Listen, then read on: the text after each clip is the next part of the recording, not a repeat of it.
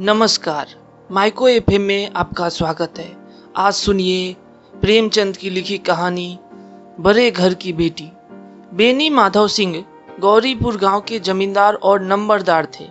उनके पितामह किसी समय बड़े धन धान्य संपन्न थे। गांव का पक्का तालाब और मंदिर, जिनकी अब मरम्मत भी मुश्किल थी, उन्हीं के कीर्ति स्तंभ थे। कहते हैं इस दरवाजे पर हाथी झूमता था। अब उसकी जगह एक बूढ़ी भैंस थी, जिसके शरीर में अस्थि पंजर के सिवा और कुछ शेष ना रहा था, पर दूध शायद बहुत देती थी, क्योंकि एक ना एक आदमी हांडी लिए उसके सिर पर सवार ही रहता था। बेनी माधव सिंह अपनी आधी से अधिक संपत्ति वकीलों को भेंट कर चुके थे। उनकी वर्तमान आय 1000 रुपये वार्षिक से अधिक ना थी। ठाकुर साहब के 2 बेटे थे। बड़े का नाम श्रीकंठ सिंह था। उसने बहुत दिनों के परिश्रम और उद्योग के बाद बीए की डिग्री प्राप्त की थी। अब एक दफ्तर में नौकर था। छोटा लड़का लाल बिहारी सिंह दोहरे बदन का सजीला जवान था। भरा हुआ मुखरा, चौड़ी छाती, भैंस का 2 सेर ताजा दूध वह उठकर सवेरे पी जाता था।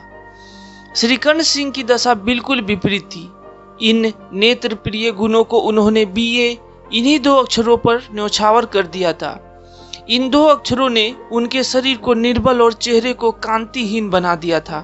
इसी से वैदिक ग्रंथों पर उनका विशेष प्रेम था। आयुर्वेदिक औषधियों पर उनका अधिक विश्वास था। शाम सवेरे उनके कमरे से प्रायः खरल की सुरीली कर्ण मधुर ध्वनि सुनाई दिया करती थी।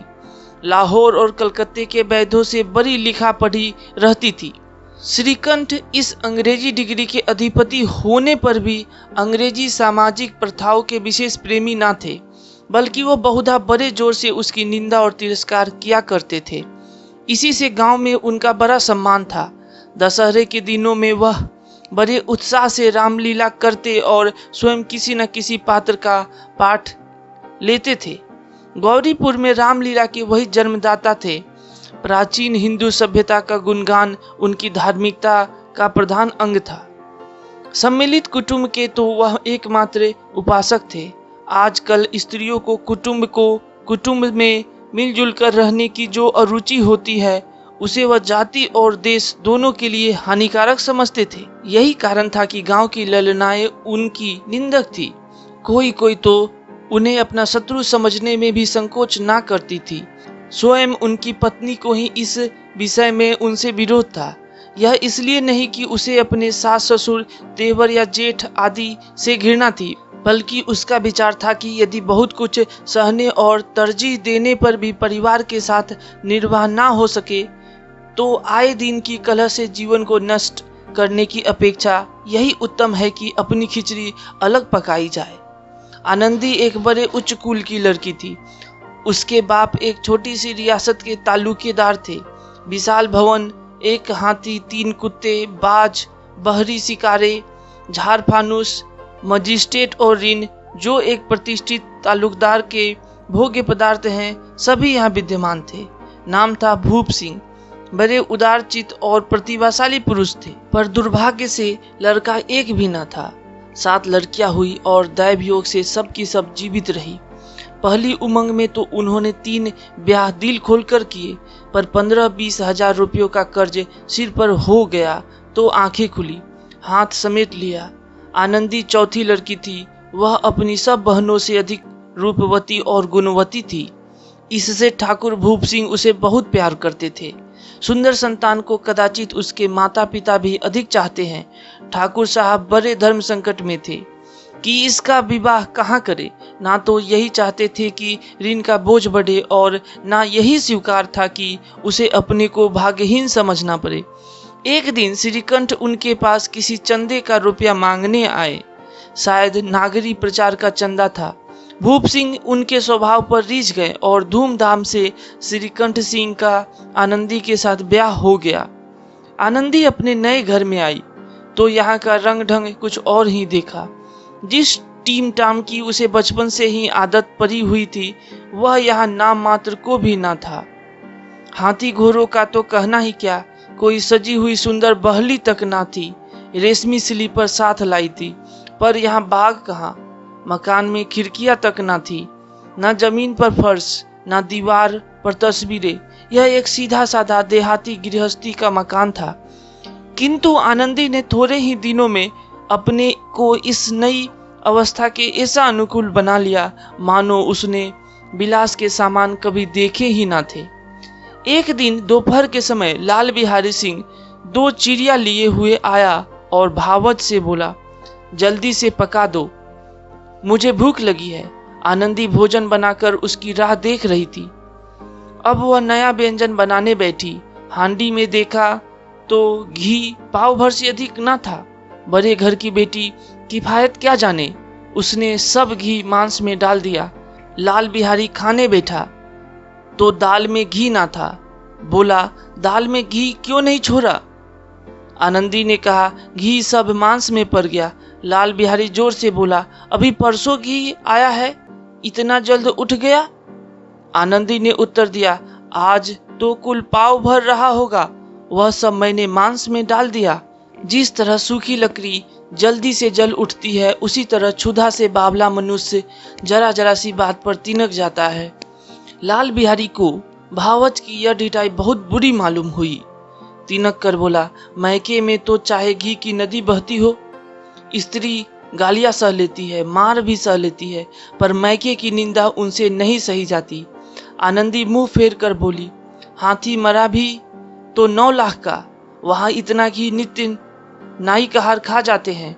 लाल बिहारी जल गया, थाली उठाकर पटक दी और बोला, जी चाहता है जीभ पकड़ कर खींच लूं। आनंद को भी क्रोध आ गया, मुंह लाल हो गया। बोली, वह होते तो आज इसका मजा चखाते। अब अपढ़ उज्जड़ ठाकुर से ना रहा गया। उसकी स्त्री एक साधारण जमींदार की बेटी थी। जब जी चाहता उस पर हाथ साफ कर लिया करता था।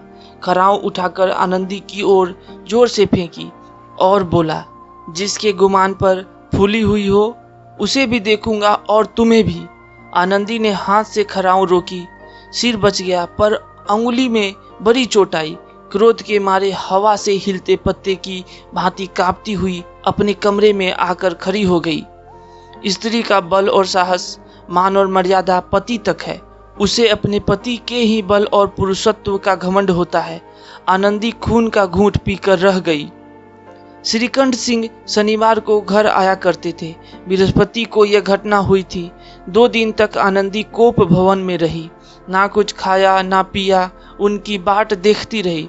अंत में शनिवार को वह नियमानुकूल संध्या समय घर आए और बाहर बैठकर कुछ इधर उधर की बातें, कुछ देश काल संबंधी समाचार तथा कुछ नए मुकदमों आदि की चर्चा करने लगे। यह वार्तालाप 10 बजे रात तक होता रहा। गांव के भद्र पुरुषों को इन बातों में ऐसा आनंद मिलता कि खाने पीने की भी सुधि न रहती थी।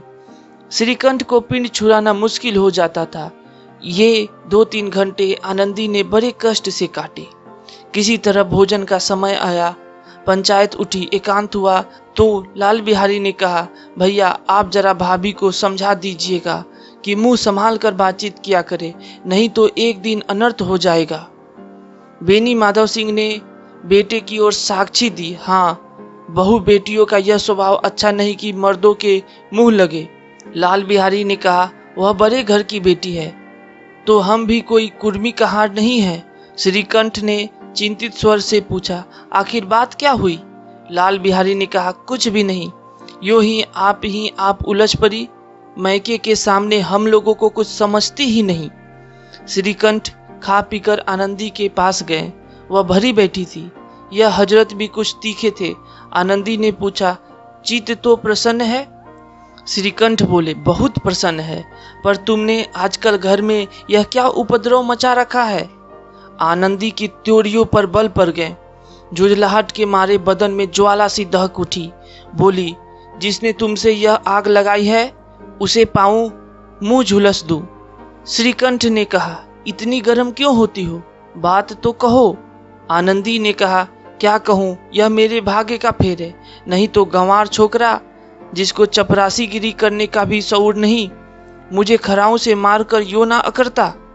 श्रीकंठ ने कहा, सब हाल साफ साफ कहो तो मालूम हो, मुझे तो कुछ पता नहीं। आनंदी ने कहा, परसों तुम्हारे लाडले भाई ने मुझसे मांस पकाने को कहा। घी हांडी में पाव भर से अधिक ना था। वह सब मैंने मांस में डाल दिया। जब खाने बैठा तो कहने लगा, दाल में घी क्यों नहीं है। बस इसी पर मेरे मैके को बुरा भला कहने लगा। मुझसे ना रहा गया। मैंने कहा कि वहाँ इतना घी तो नाई कहाँ खा जाते हैं और किसी को जान भी नहीं पड़ता। बस इतनी सी बात पर इस अन्यायी ने मुझ पर खराऊ फेंक मारी। यदि हाथ से ना रोक लूं तो सिर फट जाए। उसी से पूछो, मैंने जो कुछ कहा है वह सच है या झूठ। श्रीकंठ की आंखें लाल हो गई। बोले, यहाँ तक हो गया इस छोकरे का यह साहस। आनंदी स्त्रियों के स्वभावानुसार रोने लगी, क्योंकि आंसू उनकी पलकों पर रहते हैं। श्रीकंठ बड़े धैर्यवान और शांति पुरुष थे। उन्हें कदाचित ही कभी क्रोध आता था। स्त्रियों के आंसू पुरुष की क्रोधाग्नि भड़काने में तेल का काम देते हैं। रात भर करवटें बदलते रहे। उद्विग्नता के कारण पलक तक ना झपकी। प्रातः काल अपने बाप के पास जाकर बोले, दादा, अब इस घर में मेरा निवाह ना होगा। इस तरह की विद्रोहपूर्ण बातें कहने पर श्रीकंठ ने कितनी ही बार अपने कई मित्रों को आड़े हाथों लिया था, परंतु दुर्भाग्य, आज उन्हें स्वयं वे ही बातें अपने मुख से कहनी पड़ी। दूसरों को उपदेश देना भी कितना सहज है। बेनी माधव सिंह घबरा उठे और बोले, क्यों? श्रीकंठ ने कहा, इसलिए कि मुझे भी अपनी मान प्रतिष्ठा का कुछ विचार है। आपके घर में अब अन्याय और हठ का प्रकोप हो रहा है। जिनको बड़ों का आदर सम्मान करना चाहिए वे उनके सिर चढ़ते हैं। मैं दूसरे का नौकर ठहरा घर पर रहता नहीं। यहाँ मेरे पीछे स्त्रियों पर खराऊ और जूतों की बौछार होती है। करी बात तक चिंता नहीं, कोई एक की दो कह ले, वहां तक मैं सह सकता हूँ, किंतु यह कदापि नहीं हो सकता कि मेरे ऊपर लात घुसे पड़े और मैं दम ना मारूं। बेनी माधव सिंह कुछ जवाब ना दे सके। श्रीकंठ सदैव उनका आदर करते थे। उनके ऐसे तेवर देखकर बूढ़ा ठाकुर अवाक रह गया। केवल इतना ही बोला, बेटा, तुम बुद्धिमान होकर ऐसी बातें करते हो। स्त्रियां इस तरह घर का नाश कर देती है। उनको बहुत सिर चढ़ाना अच्छा नहीं। श्रीकंठ ने कहा, इतना मैं जानता हूँ। आपके आशीर्वाद से ऐसा मूर्ख नहीं हूँ। आप स्वयं जानते हैं कि मेरे ही समझाने बुझाने से इसी गांव में कई घर संभल गए। पर जिस स्त्री की मान प्रतिष्ठा का ईश्वर के दरबार में उत्तरदाता हूँ, उसके प्रति ऐसा घोर अन्याय और पशुवत व्यवहार मुझे असह्य है। आप सच मानिए, मेरे लिए यही कुछ कम नहीं है कि लाल बिहारी को कुछ दंड नहीं होता। अब बेनी माधव सिंह भी गरमाए, ऐसी बातें और ना सुन सके। बोले, लाल बिहारी तुम्हारा भाई है। उससे जब कभी भूल चूक हो उसके कान पकड़ो। लेकिन श्रीकंठ ने कहा, लाल बिहारी को मैं अब अपना भाई नहीं समझता। बेनी माधव सिंह ने कहा, स्त्री के पीछे? श्रीकंठ ने कहा, जी नहीं, उसकी क्रूरता और अविवेक के कारण। दोनों कुछ देर चुप रहे। ठाकुर साहब लड़के का क्रोध शांत करना चाहते थे, लेकिन यह नहीं स्वीकार करना चाहते थे कि लाल बिहारी ने कोई अनुचित काम किया है। इसी बीच में गांव के और कई सज्जन हुक्के चिलम के बहाने वहां आ बैठे। कई स्त्रियों ने जब यह सुना कि श्रीकंठ पत्नी के पीछे पिता से लड़ने को तैयार है तो उन्हें बड़ा हर्ष हुआ। दोनों पक्षों की मधुर वाणियां सुनने के लिए उनकी आत्माएं तिलमिलाने लगी। गांव में कुछ ऐसे कुटिल मनुष्य भी थे जो इस कुल की नीतिपूर्ण गति पर मन ही मन जलते थे। वे कहा करते थे, श्रीकंठ अपने बाप से दबता है, इसीलिए वह दब्बू है। उसने विद्या पढ़ी, इसलिए वह किताबों का कीड़ा है। बेनी माधव सिंह उसकी सलाह के बिना कोई काम नहीं करते। यह उनकी मूर्खता है। इन महानुभावों की शुभकामनाएं आज पूरी होती दिखाई दी। कोई हुक्का पीने के बहाने और कोई लगान की रसीद दिखाने आकर बैठ गया। बेनी माधव सिंह पुराने आदमी थे, इन भावों को तार गए। उन्होंने निश्चय किया, चाहे कुछ ही क्यों ना हो, इन द्रोहियों को ताली बजाने का अवसर ना दूंगा। तुरंत कोमल शब्दों में बोले, बेटा, मैं तुमसे बाहर नहीं हूँ, तुम्हारा जो जी चाहे करो। अब तो लड़के से अपराध हो गया। इलाहाबाद का अनुभव रहित झल्लाया हुआ ग्रेजुएट इस बात को ना समझ सका। उसे डिबेटिंग क्लब में अपनी बात पर अड़ने की आदत थी। इन हथकंडों की उसे क्या खबर। बाप ने जिस मतलब से बात पलटी थी वह उसकी समझ में ना आया। बोला, लाल बिहारी के साथ अब इस घर में नहीं रह सकता। बेनी माधव ने कहा, बेटा, बुद्धिमान लोग मूर्खों की बात पर ध्यान नहीं देते। वह बेसमझ लड़का है, उससे जो कुछ भूल हुई उसे तुम बड़े होकर क्षमा करो। श्रीकंठ ने कहा, उसकी इस दुष्टता को मैं कदापि नहीं सह सकता। या तो वही घर में रहेगा या मैं ही। आपको यदि वह अधिक प्यारा है तो मुझे विदा कीजिए। मैं अपना भार आप संभाल लूंगा। यदि मुझे रखना चाहते हैं तो उससे कहिए जहां चाहे चला जाए। बस यह मेरा अंतिम निश्चय है। लाल बिहारी सिंह दरवाजे की चौखट पर चुपचाप खड़ा बड़े भाई की बातें सुन रहा था। वह उनका बहुत आदर करता था। उसे कभी इतना साहस ना हुआ था कि श्रीकंठ के सामने चारपाई पर बैठ जाए, हुक्का पी ले या पान खा ले। बाप का भी वह इतना मान ना करता था। श्रीकंठ का भी उस पर हार्दिक स्नेह था। अपने होश में उन्होंने कभी उसे घूरका तक ना था। जब वह इलाहाबाद से आते तो उसके लिए कोई न कोई वस्तु अवश्य लाते। मुगदर की जोड़ी उन्होंने ही बनवा दी थी। पिछले साल जब उसने अपने से द्योढ़े जवान को नाग पंचमी के दिन दंगल में पछाड़ दिया तो उन्होंने पुलकित होकर अखाड़े में ही जाकर उसे गले लगा लिया था। 5 रुपए के पैसे लुटाए थे। ऐसे भाई के मुंह से आज ऐसी हृदय विदारक बात सुनकर लाल बिहारी को बड़ी ग्लानि हुई। वह फूट फूट कर रोने लगा। इसमें संदेह नहीं कि अपने किए पर पछता रहा था। भाई के आने से एक दिन पहले से उसकी छाती धड़कती थी कि देखूं भैया क्या कहते हैं। मैं उनके सम्मुख कैसे जाऊंगा, उनसे कैसे बोलूंगा, मेरी आंखें उनके सामने कैसे उठेगी। उसने समझा था कि भैया मुझे बुलाकर समझा देंगे। इस आशा के विपरीत आज उसने उन्हें निर्दयता की मूर्ति बने हुए पाया। वह मूर्ख था, परंतु उसका मन कहता था कि भैया मेरे साथ अन्याय कर रहे हैं।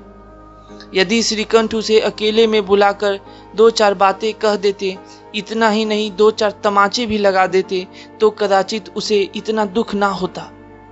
पर भाई का यह कहना कि अब मैं इसकी सूरत नहीं देखना चाहता, लाल बिहारी से सहा ना गया। वह रोता हुआ घर आया। कोठरी में जाकर कपड़े पहने, आंखें पोंछी जिससे कोई यह ना समझे कि रोता था। तब आनंदी के द्वार पर आकर बोला, भाभी, भैया ने निश्चय किया है कि वह मेरे साथ इस घर में ना रहेंगे। अब वह मेरा मुंह नहीं देखना चाहते, इसलिए अब मैं जाता हूँ। उन्हें फिर मुंह ना दिखाऊंगा। मुझसे जो कुछ अपराध हुआ उसे क्षमा करना। यह कहते कहते लाल बिहारी का गला भर आया। जिस समय लाल बिहारी सिंह सिर झुकाए आनंदी के द्वार पर खड़ा था, उसी समय श्रीकंठ सिंह भी आंखें लाल किए बाहर से आए। भाई को खड़ा देखा तो घृणा से आंखें फेर ली और कतरा कर निकल गए, मानो उसकी परछाई से दूर भागते हो। आनंदी ने लाल बिहारी की शिकायत तो की थी, लेकिन अब मन में पछता रही थी। वह स्वभाव से ही दयावती थी। उसे इसका तनिक भी ध्यान न था कि बात इतनी बढ़ जाएगी। वह मन में अपने पति पर झुंझला रही थी कि यह इतने गर्म क्यों होते हैं। उस पर यह भय भी लगा हुआ था कि कहीं मुझसे इलाहाबाद चलने को कहे तो कैसे क्या करूंगी। इस बीच में जब उसने लाल बिहारी को दरवाजे पर खड़े यह कहते सुना कि अब मैं जाता हूँ, मुझसे जो कुछ अपराध हुआ क्षमा करना, तो उसका रहा सहा क्रोध भी पानी हो गया। वह रोने लगी।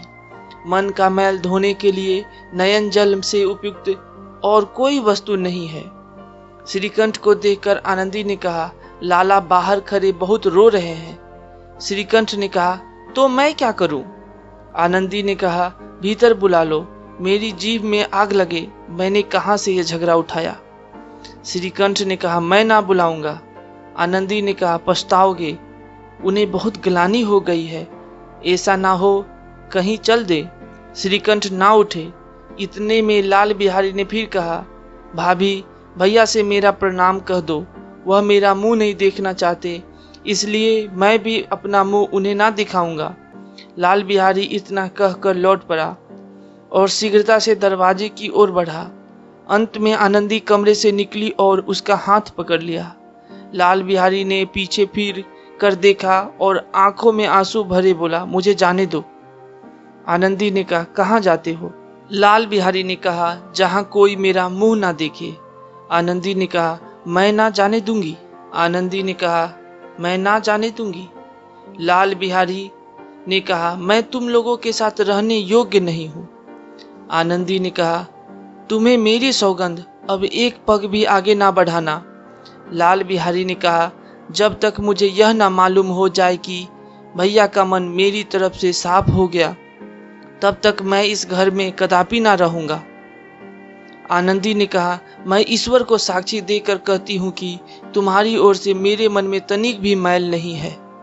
अब श्रीकंठ का हृदय भी पिघला। उन्होंने बाहर आकर लाल बिहारी को गले लगा लिया। दोनों भाई खूब फूट फूट कर रोए। लाल बिहारी ने सिसकते हुए कहा, भैया अब कभी मत कहना कि तुम्हारा मुंह ना देखूंगा। इसके सिवा आप जो दंड देंगे मैं सहर्ष स्वीकार करूंगा। श्रीकंठ ने कांपते हुए स्वर में कहा, लल्लू, इन बातों को बिल्कुल भूल जाओ। ईश्वर चाहेगा तो फिर ऐसा अवसर ना आवेगा। बेनी माधव सिंह बाहर से आ रहे थे। दोनों भाइयों को गले मिलते देखकर आनंद से पुलकित हो गए। बोल उठे, बड़े घर की बेटियां ऐसी ही होती है, बिगड़ता हुआ काम बना लेती है। गांव में जिसने यह वृत्तांत सुना उसी ने इन शब्दों में आनंदी की उदारता को सराहा। बड़े घर की बेटियां ऐसी ही होती है। धन्यवाद।